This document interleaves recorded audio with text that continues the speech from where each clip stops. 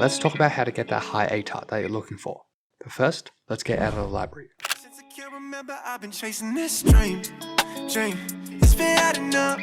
A lot of people switch lanes on this late G. I've been doing enough. Had too many long days, wish I ain't seen. When you've been in love.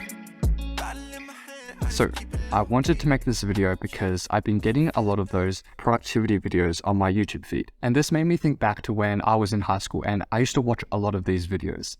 And trust me when I say I experimented with a lot of different techniques. And look, some of them were definitely helpful, but honestly speaking, they didn't have a drastic impact on my grades. And maybe I'm just lazy, but I found that the effectiveness of certain study techniques varies greatly between people. So there's not that much point in copying exactly how someone studies. And if you've seen some of my past videos, kind of see that the way I study isn't particularly special. It's just making summary notes and doing questions. And sure, there are some nuances here and there, but the point I'm trying to get across is regardless of how I or my friends studied to get good grades, study techniques were not the deciding factor. And just as some background, I'm not a naturally talented guy. I was getting C's and D's in my exams just a few years back. But what changed it for me was I stopped trying to find that best study technique or the perfect study routine. And this is because as I watched more of these videos, I realized that studying is actually a very simple process. It's just not easy. But a lot of people like myself initially made it complicated and not easy. So why have two things against you when you only need one? And this leads us to what I personally believe as the one secret in getting good marks. And you'll probably not like the answer, which is that study techniques don't matter. Fundamentals do. Let's keep it low key, only for the week.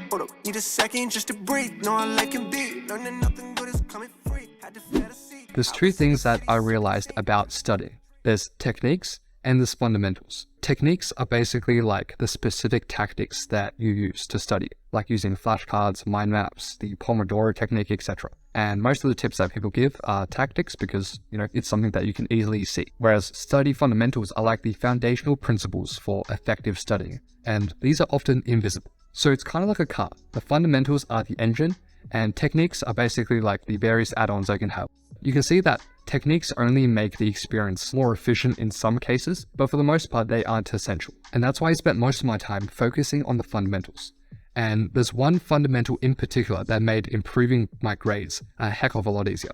And that is the ability to get into a flow state consistently. And when I think about what the flow state is, I kind of just think of water flowing down a river. And just like how water is able to easily move through the twists and turns of a river, when you are in a flow state, you're able to glide through whatever you're studying with ease with full concentration. And this is opposed to the distracted state where it's like if we put a massive rock in the river somewhere. So the flow state is one of the most productive states to be in. And this is why you can see sometimes people studying for 10 hours, but not getting as many things done as those people that only study for a few. Because when you are in the flow state, you can complete more things in less time, have better retention, while avoiding burnout at the same time. And overall, this just allows you to use your time much more effectively than most other people. Now, with that being said, it's actually not that easy to get into this flow state, mainly because of these things. And I just know from writing the script of this video how many times I accidentally looked at my phone.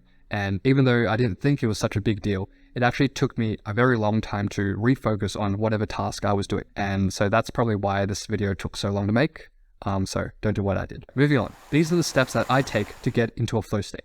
Step 1, throw my phone away. Step 2, and this step closely ties with one of the quotes that I really like, which is, give me 6 hours to chop down a tree, and I will spend the first 4 sharpening the axe. What I mean is that if I was writing an essay, I wouldn't rush to get that first word on that paper or that Word document. And instead, I'll spend most of my time preparing the materials or resources I need to actually write the essay. And so my process might look like this. I start off by looking at the research, analysis, or summaries about whatever essay topic I could find online. And then I'll basically just make note of this in a document or somewhere. And the next step I found quite helpful was, even throughout the day, let's say on the train for school with me, which took about an hour, I would sometimes just come up with these random ideas that I found it helpful to actually write on my phone, because I find that I sometimes come up with the best ideas when I'm not actually at my desk. And then finally, before I write, I actually arrange all my thoughts into the basic layout of an essay. But most of my sentences here aren't even in full sentences. I'm just basically laying down all my thoughts, so when I do write, I have all the dots, and all I need to do is connect them. And here's another example for subjects like maths or science. So let's say my homework assignment was to finish this set of questions. Before doing this, I would actually spend a portion of my time making a very detailed set of summary notes that covers the relevant content. And even though this doesn't directly help me finish my assignment, it indirectly does, because it actually allows me to understand what I'm doing in this assignment.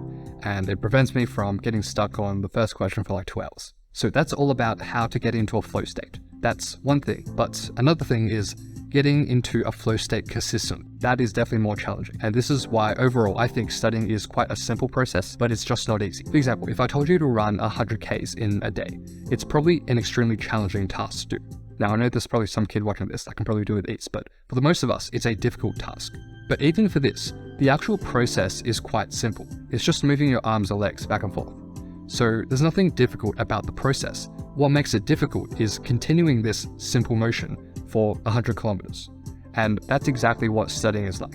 I found that the act of studying effectively isn't actually that difficult. What is difficult is doing this every single day, week after week.